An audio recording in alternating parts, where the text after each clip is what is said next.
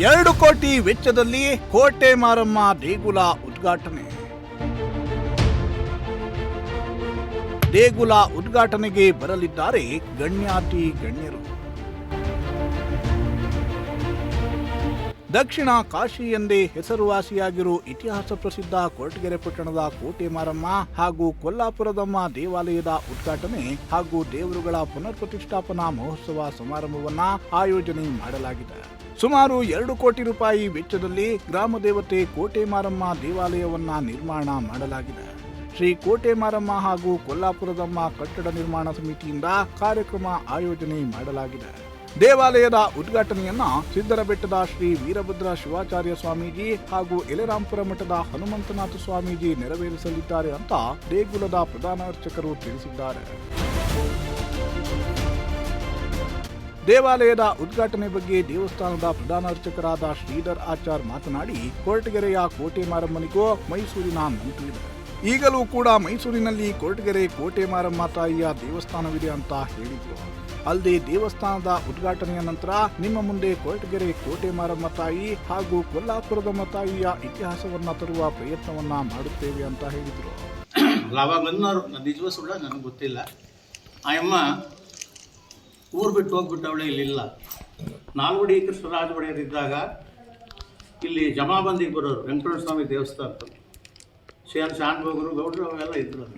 ಜಮಾಬಂದಿಗೆ ಬಂದಾಗ ನಮ್ಮ ಮಾರಮ್ಮ ತಾಯಿ ವಿಗ್ರಹವನ್ನು ನೋಡಿ ಮಹಾರಾಜರು, ಈ ವಿಗ್ರಹ ನಮಗೆ ಕೊಟ್ಟುಬಿಡಿ, ನಿಮಗೇನು ಬೇಕೋ ಬೇರೆ ಮಾಡಿಸ್ಕೊಡ್ತೀವಿ ಅಂತ ಕೇಳ್ದಂಗೆ ಆಯ್ತಂತವಾಗ ನಮ್ಮ ತಾತ ಅವರು, ನಿಮ್ಗೆ ಎಷ್ಟು ಇನಾಮತಿ ಬೇಕಾದ್ರೂ ಹಾಕ್ಕೊಡ್ತೀವಿ, ವಿಗ್ರಹ ಕೊಡಿ ನಮಗೆ ಬೇಕು ಅಂತ ಕೇಳಿದ್ರು. ಆವಾಗ ನಮ್ಮ ತಾತ ಅವರು ಮುತ್ತಾತ ಅವರೆಲ್ಲ ಆಗಿನ ಕಾಲದಲ್ಲಿ ಭಾಳ ಇದಲ್ವ, ಅವರು ಇಲ್ಲ ಸ್ವಾಮಿ ನಾವು ದೇವರು ಕೊಡಲ್ಲ, ನೀವೇನು ಕೊಟ್ಟರು ಕೊಡಲ್ಲ. ಆ ಅಮ್ಮ ನಿರ್ಮಿತವಾಗಿರ್ತಕ್ಕಂಥದ್ದು ಅದ್ಭುತವಾದ ಒಂದೇ ಕಣ್ಣಂತೆ ಇದ್ದಿದ್ದು ಆಚಾರ್ಯರವರಿಗೆ. ಮೈಸೂರು ಹತ್ರ ಕಣ್ಣೂರು ಅಂತ ಹೇಳೋರು ನಮ್ಮ ತಾತ ಅವರು, ಅಲ್ಲಿ ಎಮ್ಮನ್ನು ಮಾಡಿಸಿದ್ದು. ಈ ಎಮ್ಮನ ಥರ ವಿಗ್ರಹ ಚಾಮುಂಡೇಶ್ವರಿ ಒಂದೇ ಇರೋದು ಮೈಸೂರಲ್ಲಿ, ಇವೆರಡು ಒಂದೇ ಥರ ಇರೋದು. ಆವಾಗ ಆ ವಿಗ್ರಹವನ್ನು ಮಾಡಿಸ್ಬಿಟ್ಟು ಇವರು ಹೇಳಂದರು, ಆಯ್ತು ನೀವು ಕೊಡೋದು ಬೇಡ ಬಿಡಿ ಅಂತ ಹೇಳಿ ಹೊರಟೋಗ್ಬಿಟ್ರು.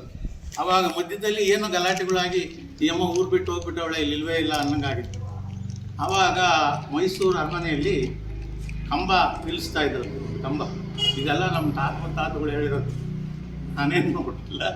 ಆಮೇಲೆ ಕಂಬ ನಿಲ್ಲಿಸ್ತಾ ಇದ್ರು. ಆ ಕಂಬ ಏನು ಮಾಡಿದ್ರು ನಿಲ್ತಿರಲ್ಲ, ಏನೇನು ಎಂತೆಂಥ ಬಂದಿದ್ರು ಎಲ್ಲ ಬಂದು ಮಾಡಿದ್ರು ಆ ಕಂಬ ನಿಂತಿರಲ್ಲ. ಆವಾಗ ಆಚಾರನೆಲ್ಲ ಕರೆಸಿ, ಒಳ್ಳೊಳ್ಳೆ ವಿದ್ಯಾವಂತನೆಲ್ಲ ಕರೆಸಿ ಇದೇನು ಕಾರಣ ಏನು ಅಂತೆಲ್ಲ ಕೇಳೋದು. ಹಿಂಗೆ ಮೈಸೂರು ಅರಮನೆ ಉತ್ತರ ಭಾಗದಲ್ಲಿ ಕೊರಟಗೆರೆ ಇರ್ತಕ್ಕಂಥ ಕೋಟೆ ಮಾರಮ್ಮ ಬಂದವಳೆ, ನೀವು ಅವ್ರನ್ನ ಕೇಳಕ್ಕೆ ಹೋಗಿದ್ದೀರಿ, ದೇವ್ರನ್ನ ಕೇಳಕ್ಕೆ ಹೋಗಿದ್ದೀರಲ್ಲ, ಇಲ್ಲಿ ಬಂದಿದ್ದಾಳೆ, ಅವಳಿಗೆ ಇಲ್ಲೊಂದು ದೇವಸ್ಥಾನ ಮಾಡಿರಿ ಸರಿ ಹೋಗ್ತದೆ ಅಂತ ಎಲ್ಲ ವಿಚಾರ ತಿಳಿಸ್ತಾರೆ. ಇನ್ನು ದೇವಾಲಯದ ಸಮಿತಿಯ ಅಧ್ಯಕ್ಷರಾದ ಬಲರಾಮಯ್ಯ ಮಾತನಾಡಿ, ದೇವಸ್ಥಾನವನ್ನು ಇದೇ 29ರಂದು ಉದ್ಘಾಟನೆ ಮಾಡಲಾಗ್ತಿದ್ದು, ಅಂದಿನಿಂದ ಮೇ 1ರವರೆಗೆ ಕೊರಟಗೆರೆ ಪಟ್ಟಣದಲ್ಲಿ ಮಾಂಸ ಆಹಾರ ಮಾರಾಟವನ್ನ ನಿಷೇಧ ಮಾಡಲಾಗಿದೆ ಅಂತ ತಿಳಿಸಿದರು. ಇದೇ ತಿಂಗಳ 29ರಿಂದ ಮೇ 1ರವರೆಗೆ ದೇವಸ್ಥಾನ ಉದ್ಘಾಟನಾ ಸಮಾರಂಭ ನೆರವೇರಲಿದ್ದು, 48 ದಿನಗಳ ಕಾಲ ದೇಗುಲದಲ್ಲಿ ವಿಶೇಷ ಪೂಜೆ ಪುನಸ್ಕಾರಗಳು ನಡೆಯಲಿವೆ ಅಂತ ತಿಳಿಸಿದರು.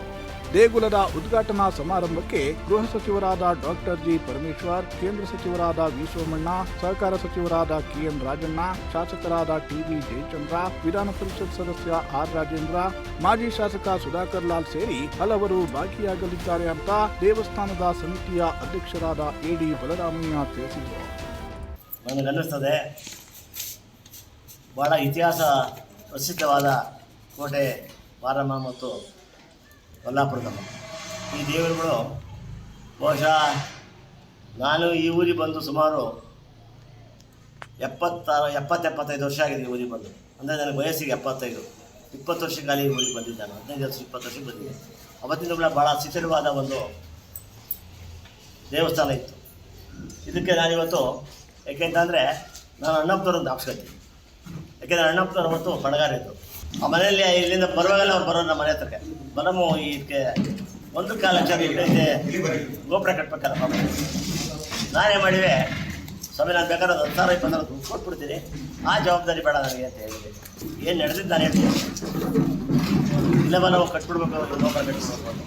ಸ್ವಾಮಿ ಆ ಹಳೆ ದೇವಸ್ಥಾನ ಏನು ಗೊಬ್ಬರ ಕಟ್ತಾರ, ಇಲ್ಲ ಕಿತ್ತಾಕಿ ಹೊಸ ಕಟ್ಟಬೇಕು, ಇಲ್ವಾ ಸುಮ್ಮನೆ ಇದ್ಬಿಡಿ ಅಂತ ನಾನು.